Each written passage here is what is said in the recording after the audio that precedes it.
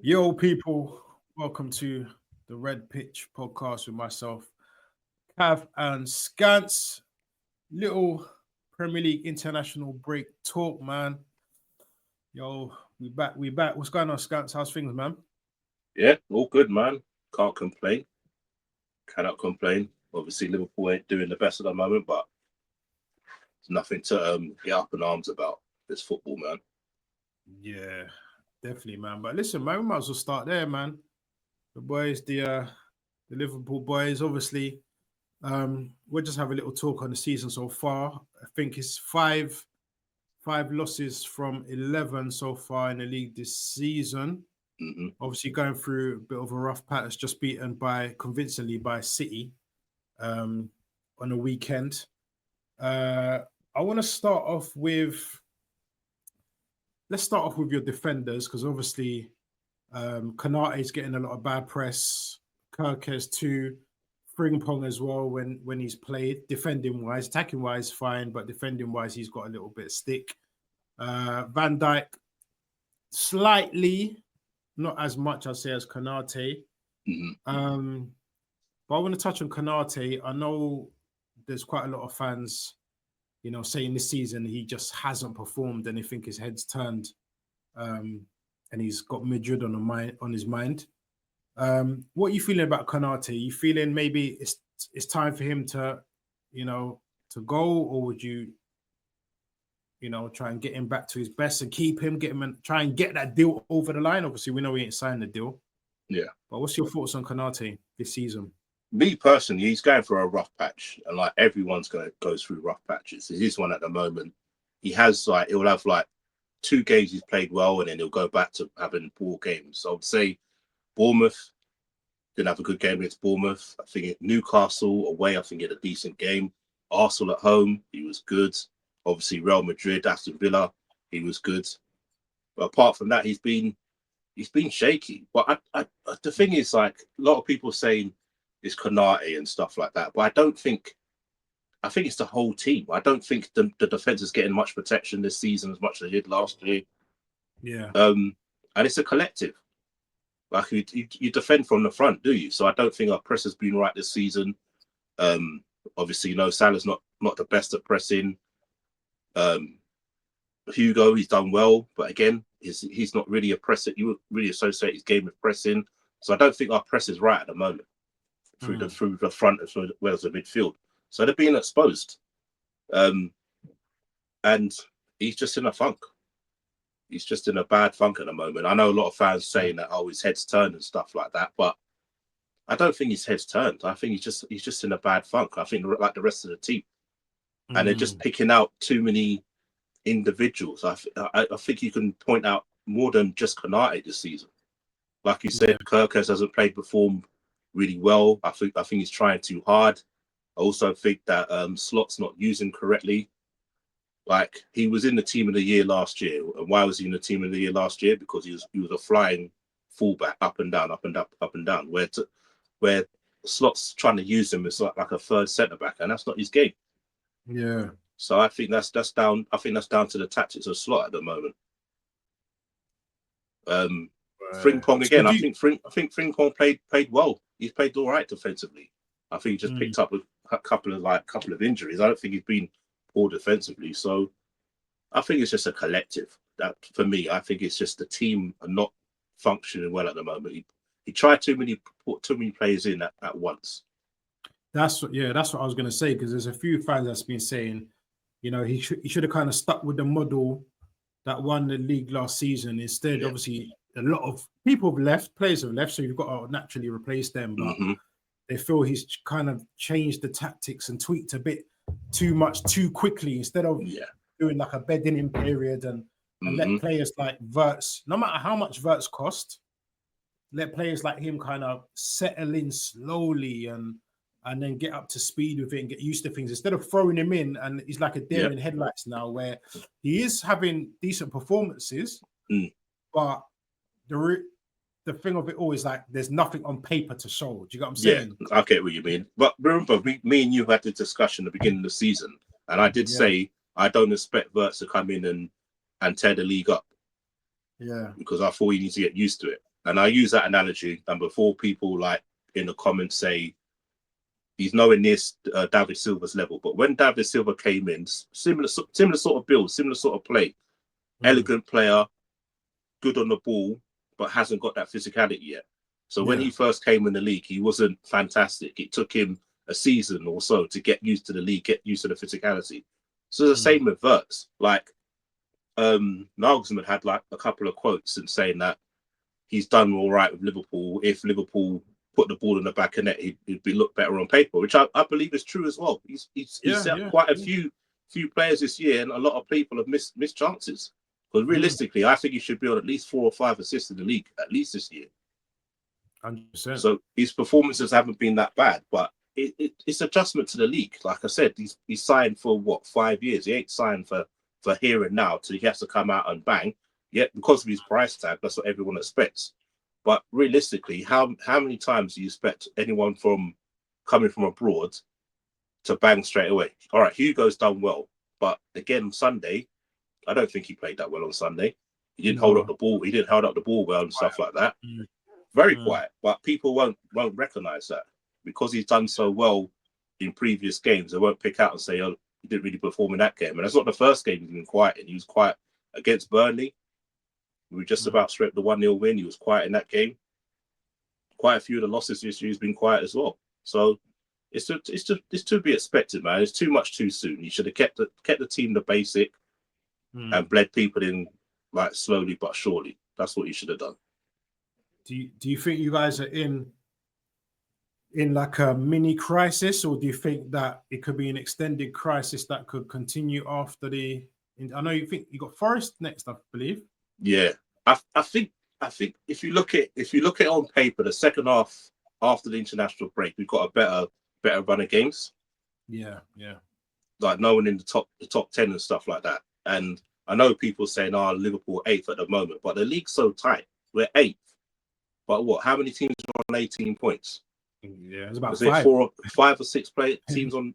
You get what I mean? So it can all come good. We could be talking in a month's time, and Liverpool got four wins in a row, and they're back up to 3rd in the league. Yeah. But at the moment, there's a crisis. There's a crisis in confidence with the players as well as the manager. The manager just seems to be a little bit lost at the moment. He just needs to get back to basics. At the end of the day, do what got him to win the league last year. You get what I mean? Obviously, you've lost 5 already this season. You only lost 4 last season. Do you think 5 is too much if you're going to be title winners in this league? For me, obviously we're still mathematically in it, but let's be realistic. Like losing 5 games already, and the form we're on, I can't see Liverpool going on a 10-15 game run. Winning run to get ourselves back in the league. And then obviously you're looking at Man City and also you to drop a lot of points at that time. It can happen. Yeah. But me personally, I don't think we're in a title race. But stranger things happen, bro. You get what I mean? Stranger things have happened. But like the way that you're playing and the way that Man City are playing at the moment, I can't see us catching you. But stranger things happen, man. Yeah, definitely. Because you know what? When they even said it on the Night Owl Spex's show the other night, and I said, I don't think Liverpool are out of it. Everyone looked at me like I'm crazy. Yeah. Do you know what I mean? But the way I see it, like, it's good. It's a good thing that you've lost the 5 games now. So now right, there's no margin for error. And the thing is, you've lost 5 games, but you're still in and amongst. Yeah, exactly. You're not like 15 points, 20 points behind. That's what I'm saying, bro. You're still very, very close. If we got Tottenham next, then we got Chelsea. If we lose both of those games, you win both of your games, we're back in it. Yeah, that's what I'm saying. That's what I'm saying. I'm not saying but I'm just talking about form-wise. Like if this was like Liverpool like 4 or 5 years ago, when I'm thinking, we can go on like a 15-game run and win every single game. You get what I mean? I'll be like more confident because obviously the form at the moment, I haven't got that confidence at the moment to say, because I thought, right, we beat Villa, we beat Real Madrid. I thought, we got a chance against Man City, maybe nick a 2-1 win or get a draw. But the performance on Sunday, it is like, feel like it's back to square one again. You get what I mean? So yeah, it all depends. Like I said, it's a confidence. Like if they get the confidence up, look realistically, you've got the firepower to beat people. It's just about clicking and getting the right players on the pitch at the right time and using the right tactics. Because if you look at Sunday before the game, you would say everyone would think to yourself, that's the perfect team to play. 1-2 in a row, keep the same lineup. But if you look at it hindsight, you think to yourself, should he have freshened it up a bit? Because the players look tired on Sunday. So hindsight's a wonderful thing. You get what I mean, bro? Because before the game, I'm like, yep, I'm happy with that lineup. Confident lineup, just beat Real Madrid 1-0. Could have been more if it weren't for Courtois. Should be going into the game with confidence. Yeah. But they didn't seem to have that on Sunday, man. Didn't seem to have the energy.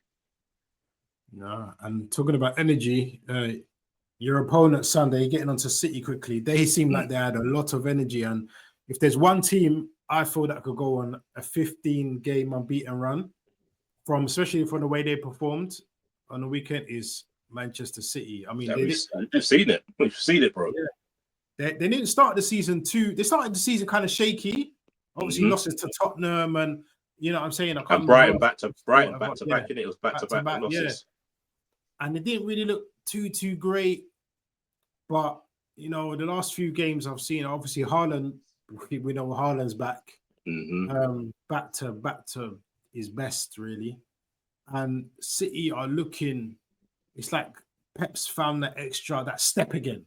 Yeah. You know, he's found that step. He said to them, he said something, you know, last season we can't start how we was last season because we were too far behind and title was gone by Christmas. Do you know what I mean?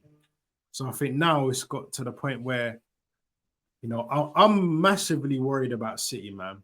Yeah. I'm massively worried about City. And I'm worried about us because I know in the previous seasons, Arsenal haven't really been able to deal with pressure. We get nervous, especially when we're leading the pack and we're looking behind us. We seem very nervous. We don't seem confident at all. Do you get what I'm saying? Like, so I'm kind of worried about that. Hopefully, you know, the period we've got coming in, obviously we've got Spurs, then we've got Bayern Munich Champions League, and then Chelsea. Yeah. I know it might sound mad, but I feel the Champions League game, I wouldn't necessarily feel we'd have to worry too much about losing that game. I agree. We've won our first 4, and we've got winnable games coming up as well against winnable opposition. Do you get what I'm saying? Bayern Munich and Inter are probably the 2 hardest teams we probably got to play. Yeah. But I feel I would go heavy against Spurs. Bayern Munich, I would make some changes. Still have a couple of mixture, but I'd rotate. And then Chelsea again, bang, strongest team again against Chelsea. As much as I would love the Champions League and go for it, like have a little run like last season, I do want to win Prem, man. I think Prem is. We haven't won Champions League, but I think Prem right now is my priority. So I think we need to go all out in that. No, I totally agree with you because, like you said, look at last season with Liverpool. Liverpool won like 7 out of 8, and we still ended up getting drawn against PSG, the eventual winners. So it doesn't really matter where you finish. You just want to finish in that top 8 to make sure that you miss the playoff rounds. You don't get those 2 extra games. So you don't really need to go all out in those games. Like you said, the bread and butter is the Premier League. The Tottenham game and the Chelsea game are more important. So I totally agree with you. Those games, you just have a rotated squad.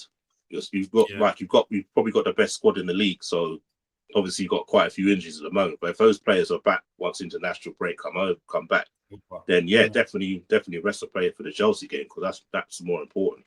And then with Man City, we both said at the beginning of the season we didn't really expect them to be there, and obviously because of their form, but we still said they could be in and around there. But they're shown this year, like Pep's on it. But then there's that stat what I've heard that Pep's never gone 2 seasons without winning the league in his whole managerial career. You get what I mean? So they're doing well. They're doing well. Like they still look vulnerable in midfield. I'm not gonna say they're back to their best, because with what's it called, with Rodri missing, you saw what happened last year. Yeah. With him missing, and you saw it in a few games this year against obviously Brighton. You saw it in the Brighton game and the Spurs game. They still look vulnerable in midfield, and their defense still can be got at.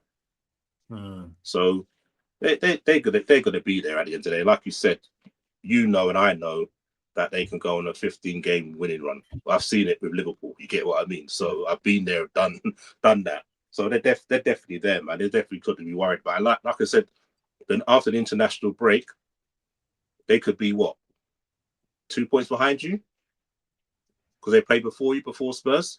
Yeah.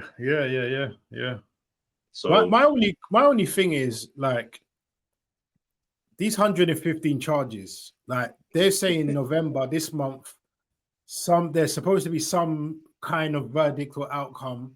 Yeah. So my fingers are crossed that they get, they get a 30-point, 40-point deduction. They're gonna get away. Okay, right. I'm happy now.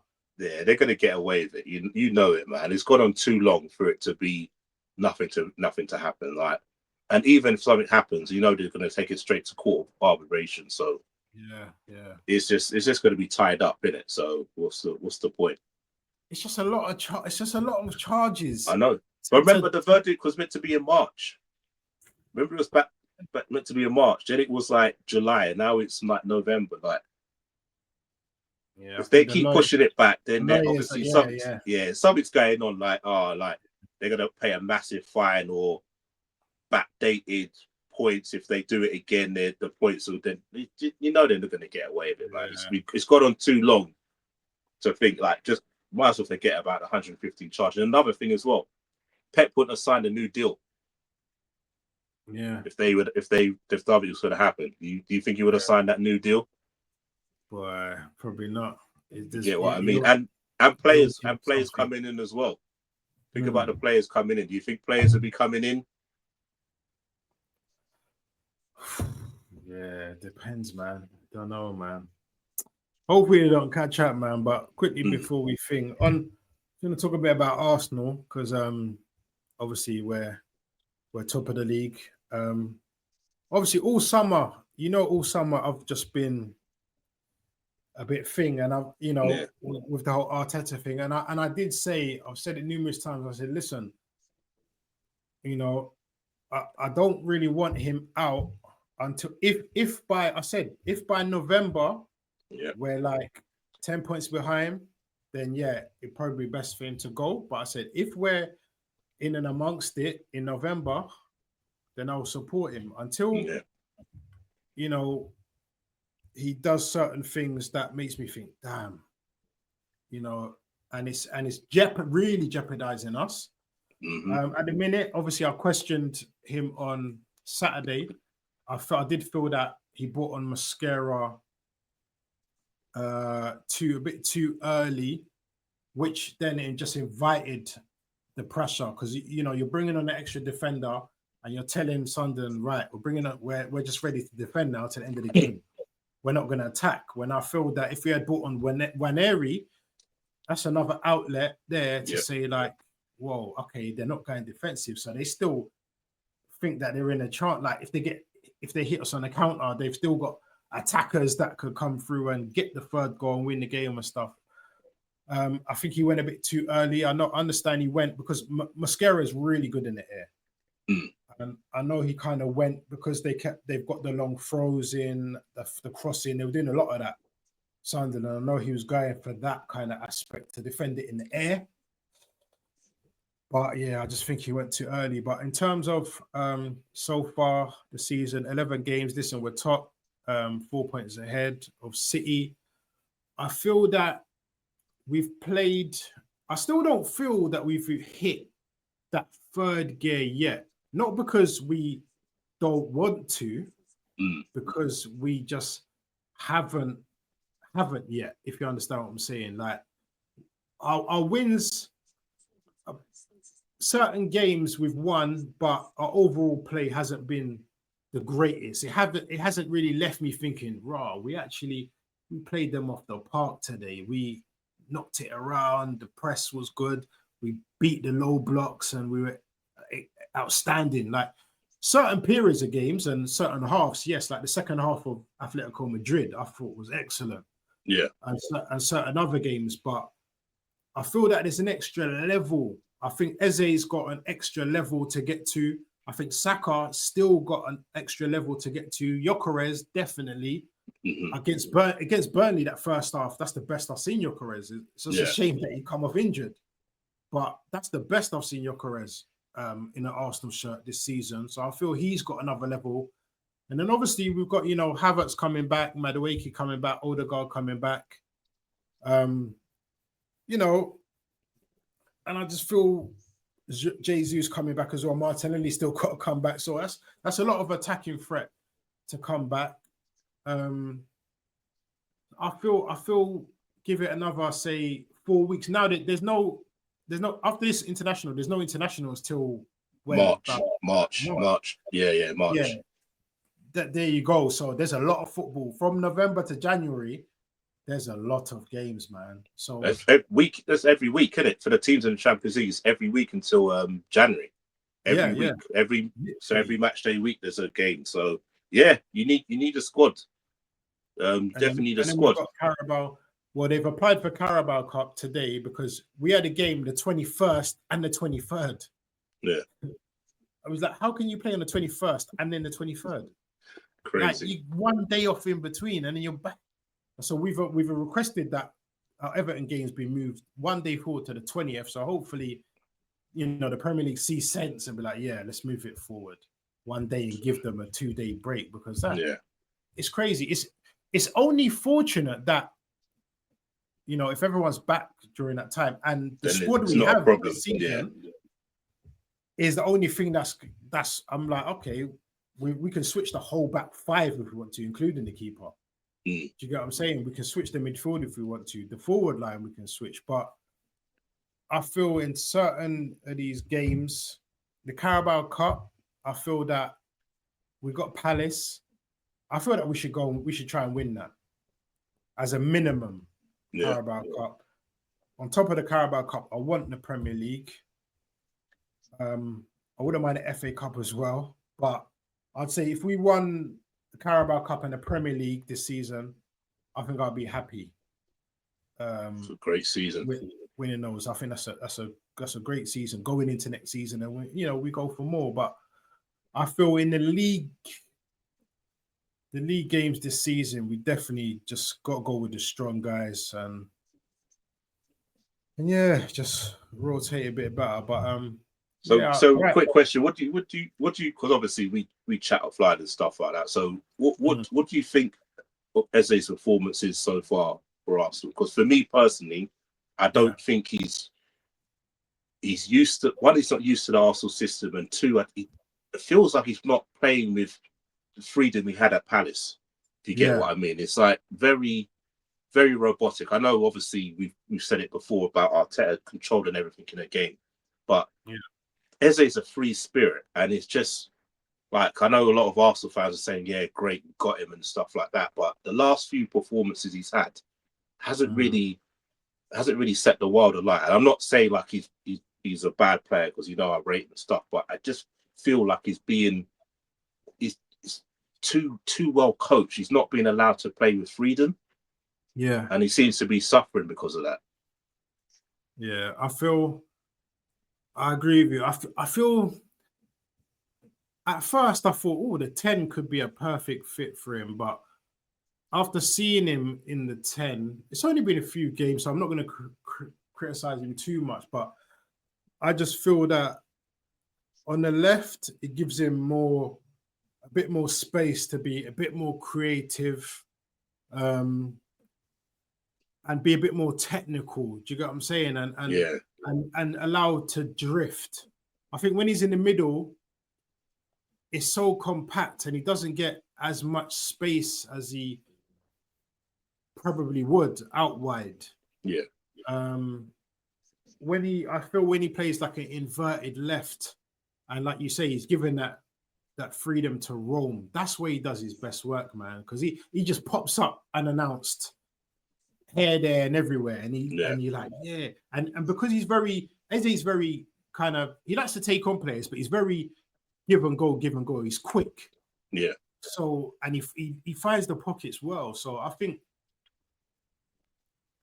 being in that middle, I don't know, man. I don't really see that working too much for him. I feel that he would play well with a Lewis Skelly. If Lewis Skelly's playing at left back and Eze's playing in front of him, I think them two will work so well, because the way Lewis Skelly kind of drifts into midfield, it kind of draws the defender kind of over, and then it just allows Eze a bit more room to kind of maneuver. And we kind of saw a glimpse of that against what team was it? I think it was his debut. No, not the Liverpool. It was the one after that we won. I can't remember what game that was, but we kind of saw that he was on the left and he just had a bit more room to maneuver. And Skelly and Calafiore was kind of drawing that right-sided player into midfield. So it was a bit more, but we'll see. I think I feel that once everyone's back, and in the next 4 weeks, I reckon Arteta will have in his mind. I know the defense is kind of set now, but I think in terms of like midfield and his front three, it's not been settled this season at all. Yeah. With Odegaard's injuries, Martinelli's injuries, when Trossard got his knock, Gyökeres, Madueke, Saka injuries. Do you know what I'm saying? So we've not really been settled like in front of that. The midfield front three has not really been settled this season. So I think once that's settled, we'll kind of figure out. I think Eze will go back to the left once Odegaard's back in the squad as well.